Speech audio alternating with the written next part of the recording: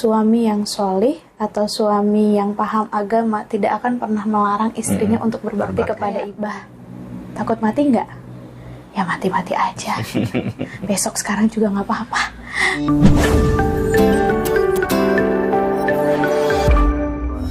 Ketika ini memang secara lebih luas, secara keluarga, bahkan lebih luas daripada keluarga ini bisa maslahat gitu ya.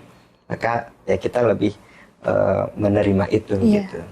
Dan memang rasa luar biasa itu ada loh di keluarga Amam. Kayak misalkan beberapa hari menjelang pernikahan itu tuh keluarga tuh mellow gitu. Abi tuh nangis terus. Abi tuh kakeknya Amam ya, alhamdulillah kakeknya Amam masih ada. Abi, Umi, Abah, Mama tuh selalu nangis kayak terharu aja gitu. Jadi mereka pun punya kayak kebanggaan tersendiri. Bahkan Apap ingat gak waktu sebelum nikah Amam cerita bahwa iya ada siraman juga, bahwa Amam tuh melaksanaan cuci kaki kedua orang tua. Iya. Aku juga sama. Iya, kan aku bilang Pap, waktu itu bilangnya bukan Apap si AA gitu kan. Waktu itu Amam itu ketika beberapa hari sebelum nikah, Amam cuci kaki Mama dan juga cuci kaki Abah, dan air cuci kaki mereka itu Amam pakai wudhu gitu kan.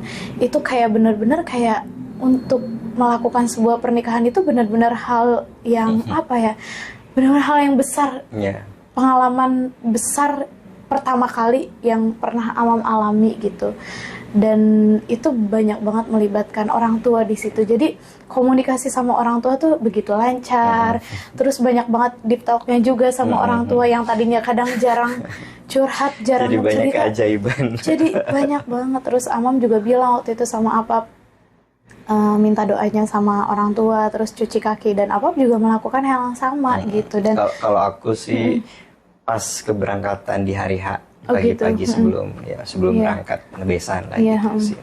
Sebelum akad gitu. Jadi luar biasa banget ya. Gitu. Tapi kayaknya aku nggak tahu sih kalau kamu sebelumnya gitu ya.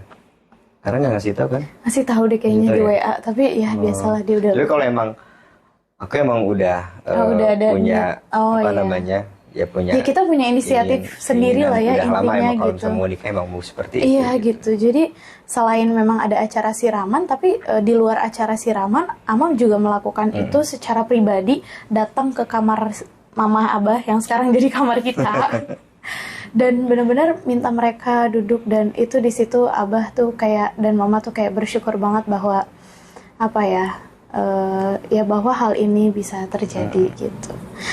Ya. Dan terjadinya itu tidak artinya tidak dengan hal-hal yang mungkin di luar yang tidak diinginkan. Artinya kan mungkin orang tua banyak kekhawatiran juga sebenarnya ketika anak mau nikah.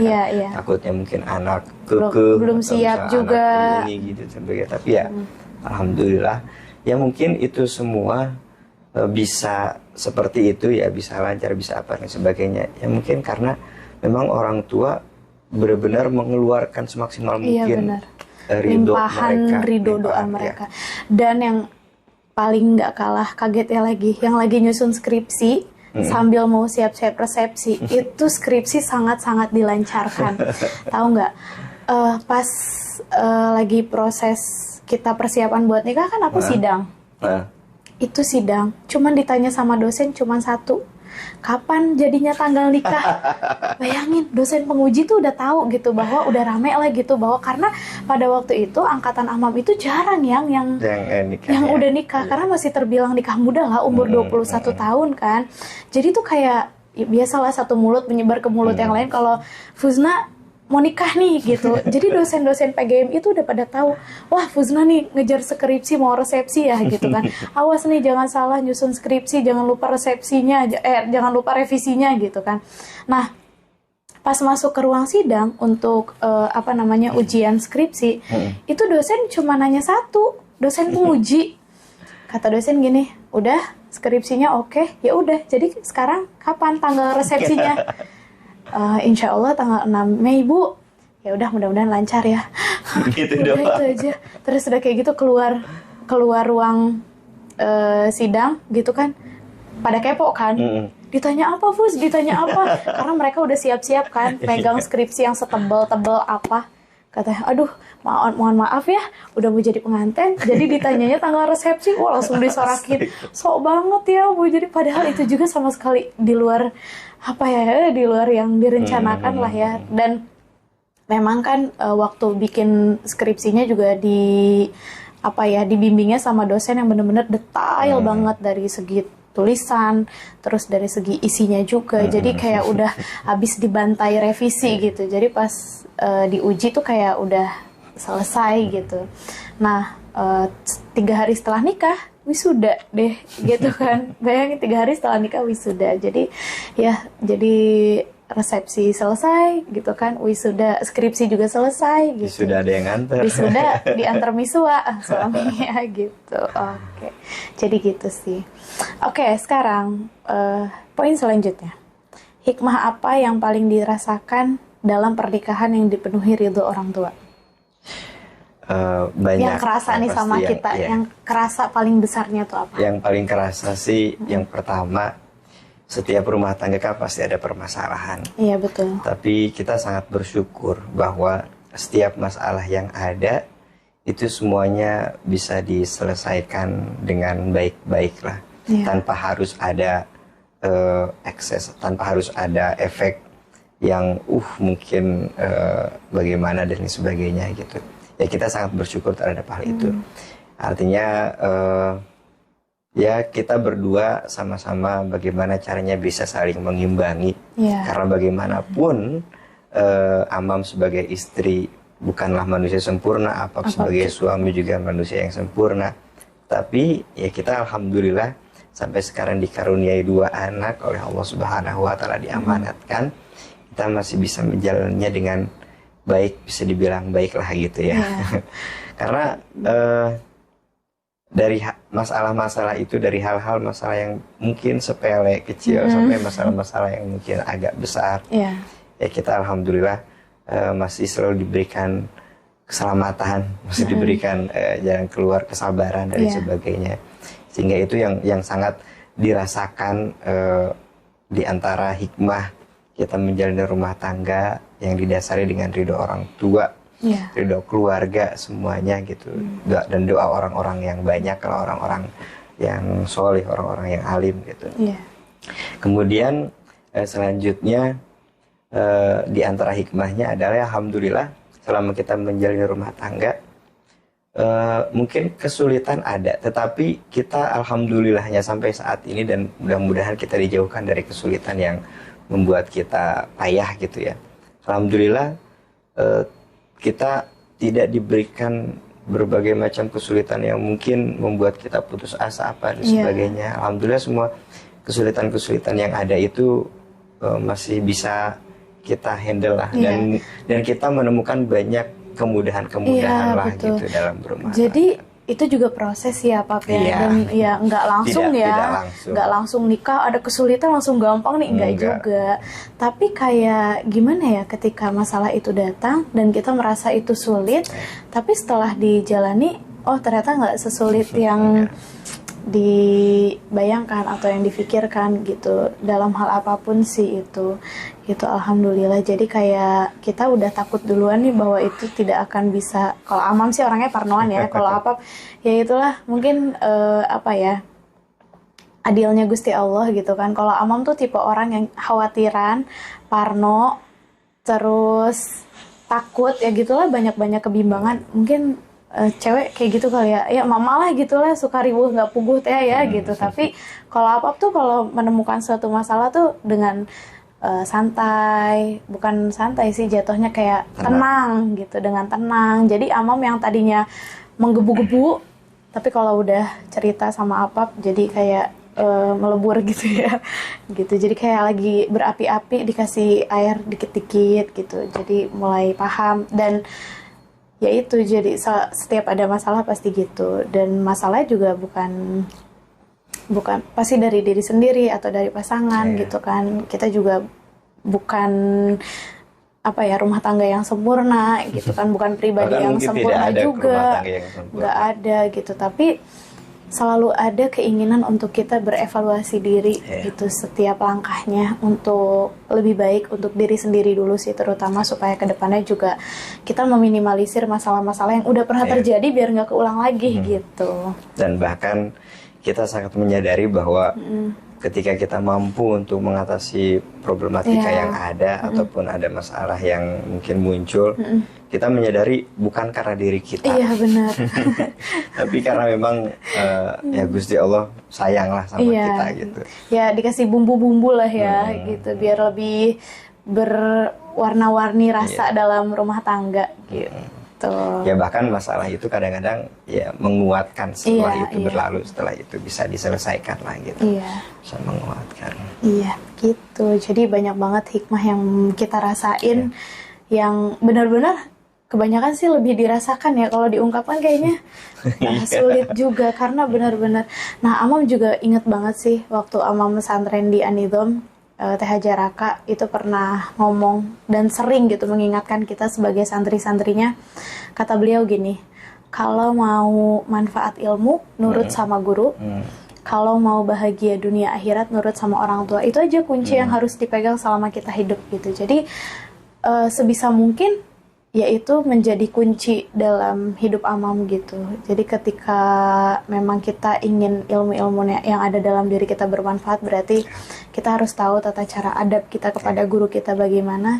Tapi kalau kita ingin bahagia dunia akhirat, itu benar-benar kuncinya adalah di kedua orang tua kita gitu. Jadi makanya selama ini selalu ada kebahagiaan yang mungkin tidak terduga gitu, yang pasti harus kita syukuri sekecil dan sebesar apapun. Bahkan kita belum mampu mensyukuri. Betul itu banget semua. Kadang suka lupa ya. Ya banyak itunya lah, itu dia banyak evaluasinya yang mungkin Allah tegur dari masalah-masalah yang datang dalam kehidupan kita gitu. Ya, gitu. Terus ini ada satu lagi, bahwa ketika kita sudah menikah, kita sudah punya pasangan, ingat bahwa kita juga harus mendukung masing-masing pasangan kita agar dia bisa berbakti kepada orang tuanya masing-masing. Betul. Bukan berarti ketika sudah menikah berarti kita sudah nggak peduli sama kedua orang tua masing-masing, enggak. Artinya ketika istri kita memang harus berbakti kepada orang tuanya, kita harus mendukung, bukan berarti malah melarang apa dan Dan itu indah banget sih asli. Karena apa ya, mungkin ada beberapa keluarga yang problemnya adalah bingung pasangan bersikap sama orang tua karena terhalang oleh sikap pasangannya gitu kan, entah itu dari segi apapun ya. Tapi kalau ada ridho istri atau ridho suami sebagai kita mungkin suami istri dalam bersikap kepada orang tua, didukung sama suami atau istri kita, itu kayak nggak ada beban aja gitu untuk menjalani hal-hal yang kewajiban kita tuh jadi tetap terlaksana gitu loh sebagai seorang anak. Aku pernah dengar ini sih Buya Yahya.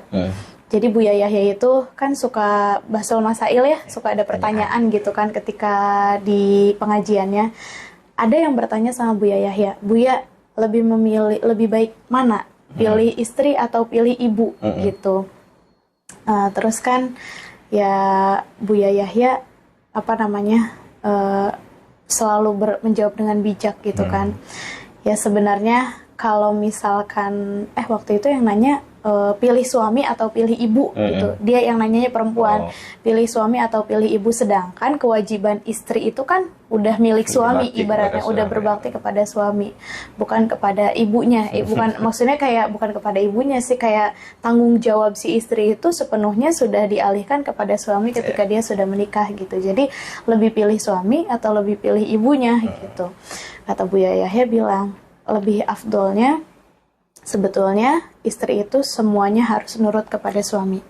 Tapi suami yang sholih atau suami yang paham agama tidak akan pernah melarang istrinya untuk berbakti kepada ibunya. Gitu. Jadi kalau misalkan suaminya baik, suaminya bijak, suaminya sholih, nggak mungkin si istri itu bisa dilema antara memilih ibu dan suami, ngerti nggak sih? Pasti si suami tuh akan terus mendukung si istrinya untuk tetap berbakti dan berbuat baik kepada ibunya, sehingga nggak ada muncul tuh pertanyaan pilih suami atau pilih ibu ya gitu. Dan itu memang hal yang harus benar-benar harus dipahami lah sama banyak gitu. orang lah gitu. Karena banyak yang mungkin ya merasakan dilema yang sama gitu. Entah itu ya kebanyakan mungkin di pihak perempuan kali ya, pihak istri, karena merasa bahwa udah istri mah cuman berbakti sama suami gitu. Dan faktanya kita selama 6 tahun ini LDR ya gitu aja bolak-balik. Sampai guru Amam tuh pernah nanya yang di Cikampek, jadi Fuzna ini istiqomahnya di mana? Di Cibubur atau di Laladon? Sampai Fuzna sendiri pun bingung gitu, Amam sendiri pun bingung. Jawabnya gimana ya gitu. Pada saat itu kan masih bolak-balik awal-awal, tapi setelah Abah meninggal kan jadi istiqomahnya di Ibnu Aqil. Nah, guru juga nanya, terus suami gimana? Oh, kalau suami bolak-balik aja, Cibubur Laladon. Harus istiqomah dong, kalau kata guru kan begitu. Harus menentukan mau pilih yang mana, Cibubur atau Laladon gitu, supaya istiqomah. Amam nggak tahu ya, Apap masih ingat apa enggak? Terus Amam nanya gitu, Pap, kata guru Amam tuh kita tuh harus istiqomah gitu. Terus kita mau istiqomah di mana gitu, di Cibubur atau di Laladon? Jawaban Apap adalah istiqomahnya aku adalah begini gitu. Jadi itu adalah jawaban yang di luar jawaban dalam hati Amam. Kadang kita cewek kalau nanya tuh udah punya jawaban sendiri yang sebenarnya gitu. Ternyata itu di luar jawaban Amam tuh. Jadi kata Apap adalah ya ini istiqomahnya Apap. Istiqomahnya Apap adalah jadwal yang udah ditentuin di Laladon ya Apap pulang. Jadwal yang sudah ditentukan di Cibubur ya Apap kesana. Dan ini adalah istiqomahnya Apap. Dan akhirnya Amam paham gitu bahwa istiqomah itu bukan kita berdiam di satu tempat kok gitu. Kita melaksanakan tanggung jawab dengan intens gitu ya, dengan konsisten gitu kan. Itu juga adalah sebuah istiqomah gitu. Jadi akhirnya ya nggak terlalu memperdulikan hal itu lagi sih. Mau di Cibubur atau mau di Laladon ya sama. Terus waktu itu juga pernah waktu hamil Mevlan, Apap tuh karena kita belum punya anak ya pada waktu itu, jadi Apap tuh kalau waktu lagi ujian atau lagi banyak di sana kadang Apap nggak pulang 2 minggu gitu kan, padahal lagi hamil waktu itu. Kita sebagai cewek lagi hamil tuh banyak melownya gitu, mana ditinggal sendiri gitu kan, butuh perhatian gitu, sampai ada pikiran nih kayaknya kalau lahiran nggak ada yang tahu deh gitu kan, saking jarangnya gitu. Tapi waktu itu almarhum Abah tuh pernah bilang gitu, tahu lah kalau Amam tuh lagi sedih gitu kan. Kenapa gitu? AA tuh nggak pernah pulang, terus jarang lah ketemu AA gitu, kata Amam tuh. Jangan sedih, kalau misalkan mau apa-apa bilangnya ke Abah. Ngidam apa, kata Abah mau beli apa, bilangnya ke Abah. Biarin AA mah lagi manfaatin ilmu gitu kan, jangan diganggu gitu. Jadi ibaratnya orang tua Amam aja nggak menuntut buat menantunya selalu di sini gitu kan. Dan itu yang akhirnya buat Amam selalu lapang dada bahwa oke, orang tua kita punya harapan untuk kita gitu. Kita juga punya tanggung jawab yang berbeda yang diberikan sama orang tua kita masing-masing. Jadi apapun yang Apap lakukan di sana gitu kan, atas dasar tanggung jawab dan amanah dari orang tuanya ya, Amam sangat mendukung gitu kan. Amam sangat meridhoi itu.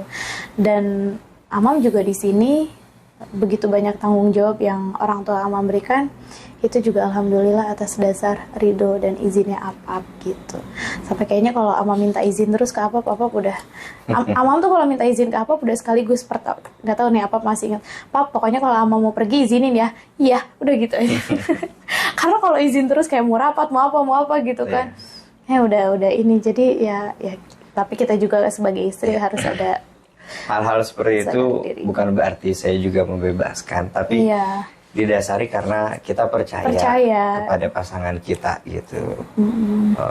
Karena dasar hal itu, daripada setiap ini harus izin kan repot gitu. Tapi ya sadar diri kitanya juga ada batasan lah. Pertama gitu. Kalau Apap mah selalu percaya sama Amam gitu kan. Ya, alhamdulillah. Amin. Dan juga waktu cerita tentang Abah ya, yang Allah yarham ya gitu. Kadang-kadang jadi inget sama apa. Oh iya. Kebetulan sekitar seminggu yang lalu kita juga baru awal Ramadan menerima apa ya, kiamat disebutnya kiamat sugro ya kalau kayak gini. Memang rasanya luar biasa. Jadi sekarang kita juga sama-sama sudah tidak ada almarhum Abi dan Abah gitu kan. Jadi kalau Amam sih 1 tahun setelah pernikahan Abah meninggal. Kalau Abi baru 1 minggu yang lalu ya. Dan memang dua-duanya adalah sosok yang luar biasa ya, gitu. Apa yang kamu pelajari dari hidup Abi dan Abah? Walaupun Apap ini cuma 1 tahun ya kenal sama Abah ya. Ya bisa dibilang singkat lah kalau 1 tahun itu ya. Kalau Amam sih udah 6 tahun ya, 6 tahun lah kurang lebih 6 tahun kenal sama Abi. Apa sikap yang bisa Apap ambil untuk jadi pegangan hidup Apap dari sikap Abi dan Abah? Abah dulu deh. Kalau dari Abah, pertama beliau itu orangnya tidak mempersulit tapi selalu mempermudah. Banget. Ya itulah Abah. Betul. Kemudian yang kedua, ya beliau sudah menjadi seperti itu ya, semuanya didasari oleh ilmu gitu ya, dalam artian tidak sembarangan. Karena selama mengenal almarhum Abah itu, yang pasti beliau termasuk orang yang keyakinan, ketauhidannya kepada Allah Subhanahu Wa Taala sudah matang. Betul. Sehingga masih ingat waktu pertama dulu kita mengabarkan kehamilan Nevlana ke Abah gitu. Itu tidak akan pernah terlupa apa yang dikatakan oleh Abah. Kata Abah tuh gini, pokoknya mah tawakal aja gitu. Jadi bukan langsung kayak gimana ya? Bukan kayak senang, selamat ya. Kalau sama mama kan kayak alhamdulillah mama mau punya cucu gitu kan. Iya dijaga ya makannya. Kalau mama gitu waktu Amam hamil ngasih tahu ke mama, ya udah mulai sekarang makannya dijaga. Terus kalau misalkan mau yang asam-asam atau rujak bilang ya gitu. Biasalah kalau mama kayak gitu. Tapi kalau Abah tuh dengan santai, kalem, ya tawakal aja sama Allah gitu. Ya, dan kita juga menyadari bahwa contoh misalnya seperti kehamilan gitu ya, nggak ada yang pernah tahu, nggak pernah ada yang tahu apa yang akan terjadi berikutnya. Betul, gitu. Entah mungkin gagal atau keguguran misalnya, ataupun mungkin lahir tapi apakah mungkin apa yang terjadi dan sebagainya, kita nggak pernah tahu. Bahkan setelah lahir pun, setelah anak misalnya sehat apa dan sebagainya, kita nggak pernah tahu anak mungkin hanya berapa lama gitu, berapa tahun apa dan sebagainya. Maka pesan Abah yang di awal itu memang benar-benar selalu teringat gitu, untuk selalu bertawakal kepada Allah Subhanahu Wa Taala. Dan memang kita juga sangat menyesali bahwa banyak hal perkara yang mungkin belum banyak bisa kita ambil dari beliau, apalagi Apap kan waktu itu hanya sekitar 1 tahun mengenal beliau, dan waktu itu juga masih mungkin lebih sering di Cibubur dan sebagainya, jadi jaranglah punya waktu untuk benar-benar quality time dengan Abah, itu masih jarang. Ya, tapi ya begitulah. Nah itu banyak hal lah yang bisa diambil dari Abah, yang bisa dicontoh, dan bahkan kita berharap gimana caranya nih biar bisa kayak Abah gitu. Tapi yang mudah-mudahan. Kalau dari Abi ini, apa ya, 1-2 sikap yang bisa Apap ambil banget nih contohnya buat menjalani kehidupan ini gitu. Dari siapa? Abi lah. Dari Abi. Dari apa? Apa ya? Kita bilang apa sih, kalau cucu-cucu bilangnya Abi. Iya. Kalau dari apa, yang pertama memang semua orang mengakui bahwa apa itu orang yang sangat sabar. Ya, kesabarannya tiada tanding lah, dalam artian dibanding manusia-manusia biasa yang lain ya, bukan dibanding para sahabat, apalagi Kanjeng Nabi gitu dan sebagainya. Tapi yang kami saksikan, apalagi Apap kan sudah kenal apa dari bukan dari ya, dari semenjak pertama kali hidup sampai termasuk sering lah banyak ngobrol sama Apap. Termasuk sering banyak ngobrol sama Apap. Ya, beliau adalah orang yang sangat sabar. Kemudian beliau juga termasuk orang yang gigih terhadap apa yang diinginkan dan dicita-citakan. Sangat gigih.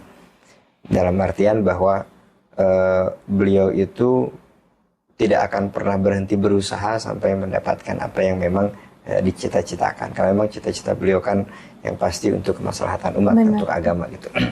Kemudian selanjutnya yang ketiga, yang pertama sabar, gigih. Yang ketiga itu beliau selalu berusaha untuk bagaimana caranya membahagiakan anak-anaknya. Walaupun beliau selalu merasa belum berhasil, belum maksimal gitu, tetapi itu yang selalu beliau usahakan. Bagaimana caranya agar anak-anaknya tidak merasakan kesulitan, kesusahan yang dulu beliau waktu muda rasakan gitu ya. Jangan sampai anaknya merasakan hal yang sama. Itu yang benar-benar selalu diusahakan, diperjuangkan oleh apa itu.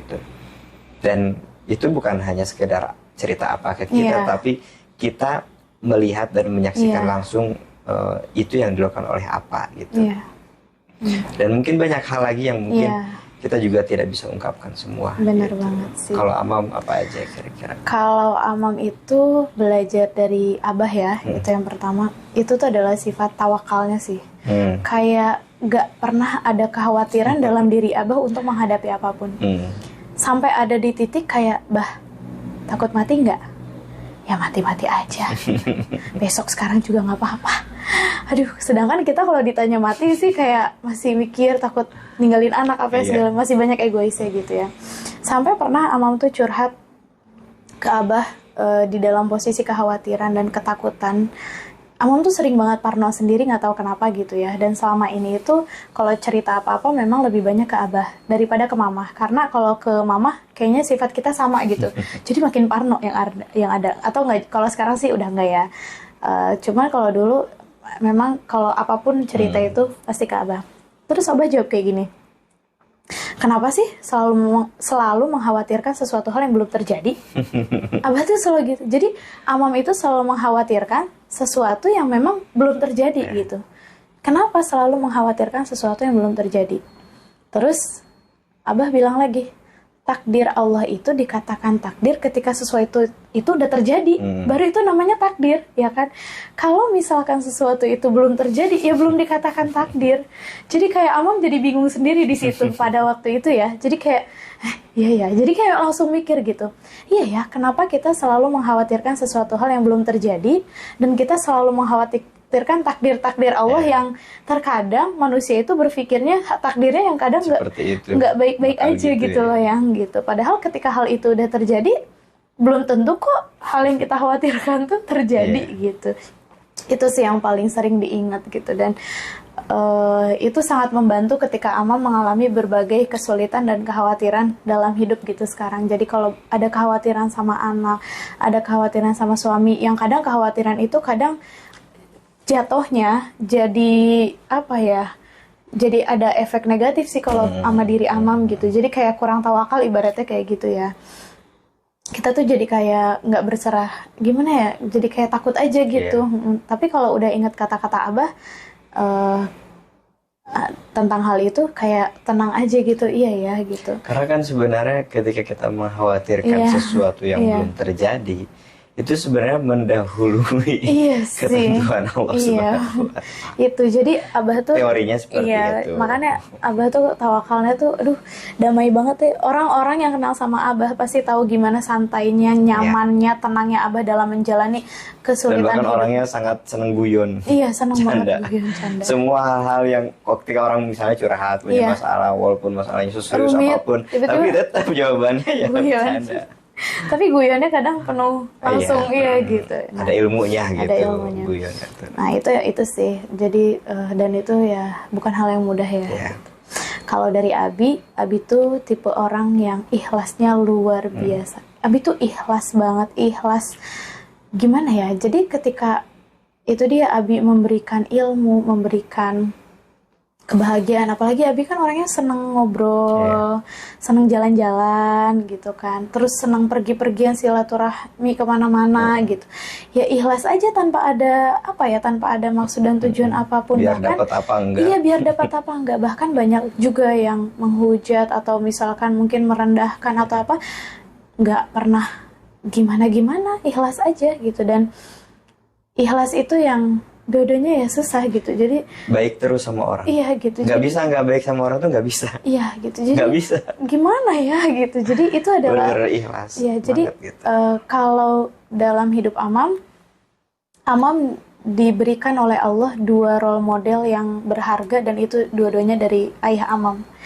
Belajar tawakal yang sangat luar biasa dari sosok Abah, dan belajar ikhlas yang luar biasa dari sosok Abi. Dan 2 hal itu adalah bukan hal yang main-main, sulitnya luar biasa. Tapi ya mudah-mudahan sih itu bisa ditanamkan gitu dalam diri Amam, bagaimana tinggal tugas kita. Gitu. Beliau berdua udah bahagia dua-duanya.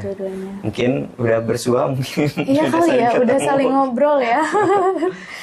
Besan kita ketemu di sini. Karena dua-duanya kita sangat bersyukur husnul khotimah. Karena Abah meninggal dalam keadaan sholat, sedang melaksanakan sholat. Meninggal dalam keadaan sudah bersih karena sakit selama 7 bulan, dan meninggalnya di 2 waktu yang sangat mulia, Yaumul Jum'ah dan bulan Ramadan. Jadi itu yang selalu mengobati kami ketika kami merasa sedih gitu ya. Pastilah ada rasa sedihnya gitu, karena pasti masih terbayang-bayang wajah mereka, kehadiran mereka. Andaikan, selalu ada kata, aduh, andaikan nih masih ada Abah atau Abi bisikan dalam setan. Iya gitu ya, bisikan setan, berandai-andai lah gitu melihat keadaan kita, atau bisa kesana kemari dan yang lain sebagainya. Tapi kembali lagi ketika mereka dipanggil oleh Allah dalam keadaan yang mungkin sangat-sangat menyenangkan, dan mungkin itu hal yang mereka tunggu bahkan ya, sudah rindu gitu, beda sama kita ya. Tapi ya mudah-mudahan ini bisa jadi hikmah buat kita semua. Amin. Oke teman-teman, jadi nggak kerasa udah 1 jam. Iya. Ya mungkin nanti diedit sedikit-sedikit sama apa biar. Ini juga malam sebenarnya kita anak-anak punya waktu udah gitu. pada tidur dua-duanya. Gitu. Ini anak-anak kita lagi pada tidur ya. Gitu. Jadi itu adalah pengalaman kita. Jadi yang pasti hikmah yang bisa poin-poin yang diambil dari kita adalah bahwa jangan pernah lepas dari doa dan ridho orang tua sih. Apapun jalannya, selama menurut kita itu hal yang baik sih, karena kan tetap ya harus ada pertimbangannya kan. Bukan berarti juga harus dijodohkan, bukan. Iya, bukan. Intinya ketika kita ingin memutuskan menikah, atau sebuah pilihan ya. Gitu. Pilihlah yang memang bisa diridhoi oleh orang tua kita. Dan ya kita mengutamakan pesan Kanjeng Nabi ya. Iya, gitu. Tetap berbasis dengan berdasarkan pilihan, melihat agama, memperhatikan agamanya. Karena baik, ada juga kan yang dijodohin tapi nggak sesuai dengan kriteria yang yang ada dalam agama kita gitu. Itu juga kan harus difikirkan gitu. Jadi intinya selama ketika dijodohkan atau memilih pasangan sendiri, ketika melibatkan dengan orang tua, terus hal-hal yang membuat kemaslahatan lah untuk rumah tangga itu ya kenapa enggak gitu. Tapi kalau misalkan ada hal-hal yang mungkin menjadi pertimbangan lebih yang kedepannya lebih banyak madaratnya, ya itu harus difikirkan lagi sih. Iya, makanya kita dianjurkan untuk melihat secara menyeluruh dalam artian menghindari hal-hal yang kemungkinan di kemudian hari bakal ada konflik. Makanya harus dianjurkan satu kufu itu seperti itu gitu. Artinya kalau misalnya nggak satu kufu, misalnya beda terlalu jauh beda adat istiadatnya atau apa dan sebagainya, itu kan hal-hal yang jadi bumerang ya. Bukan gitu. bumerang Instagram. Artinya itu walaupun mungkin kita nggak pernah tahu apa terjadi atau enggak di kemudian hari konfliknya, tapi itu kan jadi memunculkan kemungkinan gitu. Ya, pokoknya itu deh. Yang sedang berumah tangga mudah-mudahan selalu bahagia, maslahat dunia akhirat, dimudahkan dalam segala urusan cobaan rumah tangganya. Yang belum berumah tangga mudah-mudahan ditakdirkan oleh Allah mendapatkan jodoh yang maslahat dunia dan akhirat. Amin. Mungkin itu aja sesi curam dari kami. Nanti saksikan part 2-nya tentang apa ya kira-kira. Oke, boleh komen di bawah ini kalau ada yang nonton. Ya, kalau nggak ada ya udah, ini mah momen abadi aja kita berdua. Oke. Pamit dulu ya. Salam bye-bye dari Amam. Bye-bye dari apa? Assalamualaikum warahmatullahi wabarakatuh.